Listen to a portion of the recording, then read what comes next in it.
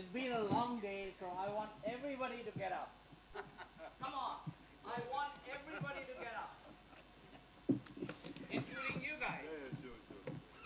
Take about three steps to one side and come back to your feet. Seriously, everybody. Hopefully they will not walk out. Come on. Yeah, you can walk out. That's an option you have. Okay, what you just did, if I have to convert that energy into kilowatt hours, if you were an e-bike, you would have gone about 20 kilometers. If you were on an auto rickshaw, you would have probably done about 2. If you are on a car, you would have done about 0.5 kilometers. If you are on a bus, you would have moved about 10 feet. So with that, everybody is talking about EVs today. I want to step back a little bit and give the context of, before we get into the woods, we need to see the forest. If the forest is being clipped off, there may be no woods for you to do any work. So I just want to take, cut me off if I spend more than 6 minutes or 7 minutes. Yeah, I will. But I'm saying cut me off if I'm more than 7 or 8 minutes. So I will just take about 7 minutes of your time, 5 minutes on what I presented at Harvard and MIT, and give you a context, and 1 minute on another 3 or 4 minutes on one slide that pertains to what we are talking about today. So with that, if I find the right thing, the discussion at Harvard is we heard a little bit about China in some of the discussions here. The discussion in Harvard was, is China going to be a dominant society in 21st century? Is that a foregone conclusion? Or is there a balance?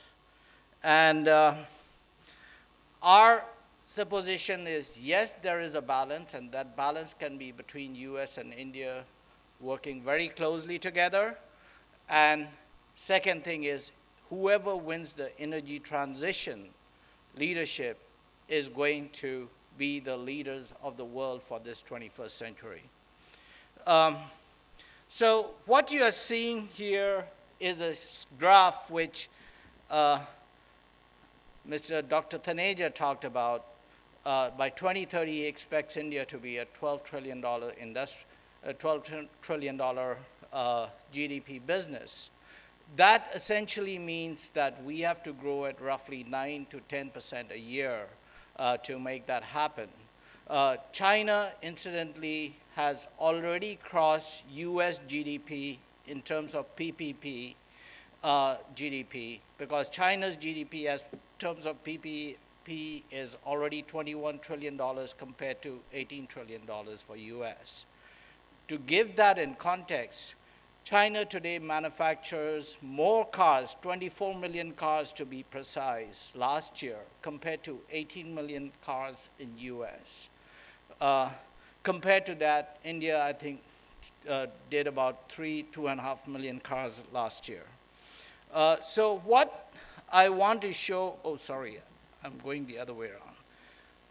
This, in my mind, is the crux of the matter.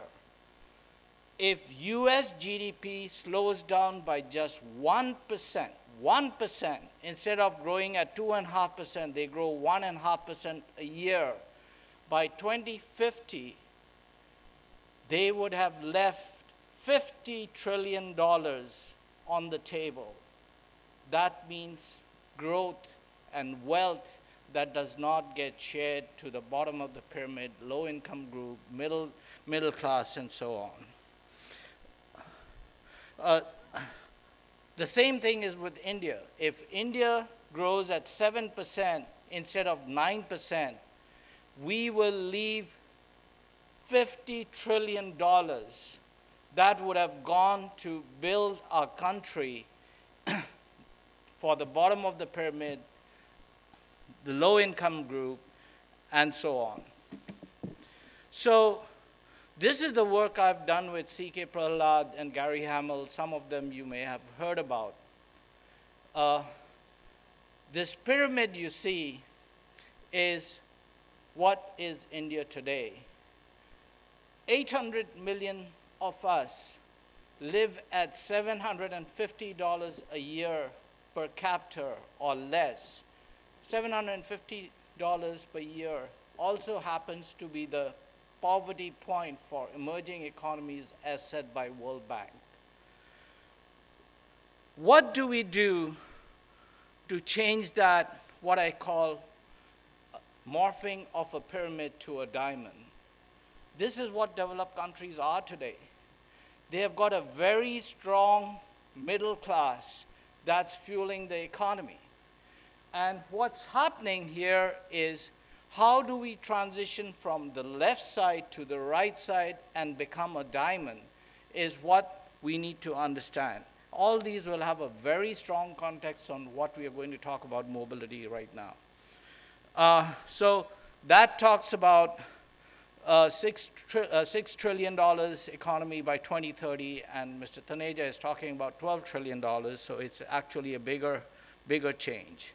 The other context I want to say is what just came out on the left topmost. Today, India has got roughly 72% living in rural and 28% living in the urban areas. Developed countries like US has 78% in urban and 28% in rural. So the assumption that's being made is if we get to a developed country mode, China incidentally is right now about 50-50. They have already moved from 30% in 1990 to 50% now.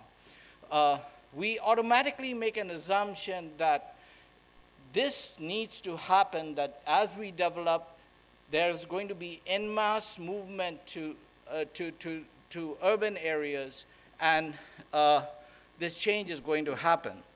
The question Mr. Taneja raised is, can there be a balance? Can we still have a rural economy that works? Not a topic we can discuss now, but that's the root of something we need to think about very seriously. So this is our energy economy. The beauty of this, what I'm showing here, is unlike developed economies, we have got the luxury to grow all energies, including coal, renewables. Even if we reduce the growth of coal, we will still, so we have got a luxury to experiment on a lot of things, come back with a lot of things. In developed countries, you have to cut coal or other fossil fuels to grow renewable energy. Not so in our case, because we have to grow 4 to 6 times. The mobility we are talking about, even if we can convert 50% of our transportation to, by 2030, 50% of our transportation to electric mobility. Today, India generates 1.2 billion units of energy generation, power generation. Electric mobility alone will take up about 3/4 of that. So nobody has, when CEA came out with that 10-year planning report, they didn't consider that. I'm not going to spend time on this chart at all, but here is a chart I want you to think about. This is a chart that was done by McKinsey and IBM way back in 1999-2000. What it's essentially showing is the growth you see in this hockey sticks is moving faster and faster. There's a tipping point, and that tipping point happens to be between 4 and 6%. Before that tipping, either you die or that tipping point happens and it takes over the market.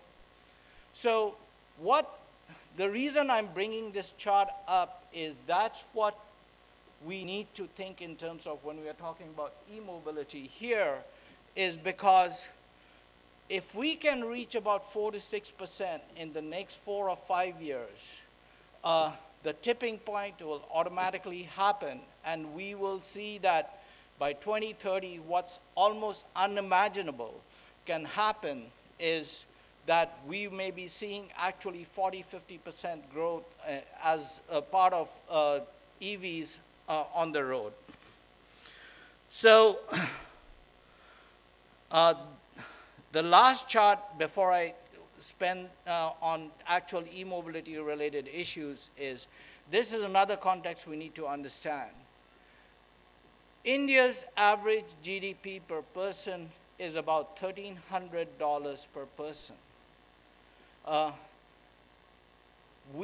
And in the rural areas, and that also is very divided. If you go to a state like Rajasthan, it's about 1,000. If you go to Bihar, it's about 700. If you go to Arunachal Pradesh, it's about 400.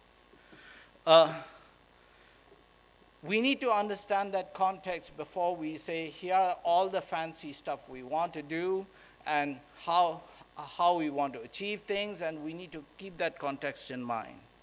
So with that, I want my last slide here is, what does it mean for e-mobility?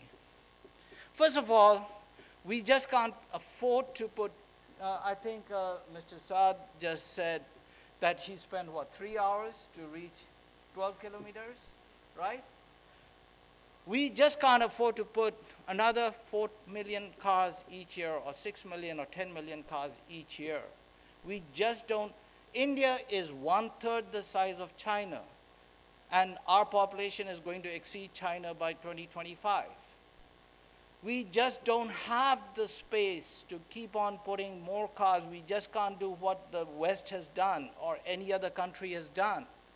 So the first thing we need to think about is not traffic, but how to reduce traffic. That's the first part. Then we need to start thinking on how do we use on public transport where we can do mass transportation. In metros and in metro areas, that means metro systems, rail and bus. Then if you look at the value chain, most of the transports and work that has been happening is people are moved around in e-rickshaws and autos. That's where a lot of the work is already happening. Then we can talk about taxis as fleet management and getting the talk about, are we going to use the cars just for 1 hour a day? I can guarantee you that if you look at the car usage profile in India, unlike in developed countries where they use 50% of the time for going to work and 50% of the time to travel to the mountains or wherever they want to go to, 90% of the people use their cars to go from home to work. So how do we, and it's a fixed system, how do we make it connected and use the cars to at least 8 to 10 hours? A lot of the things are being talked about on real time.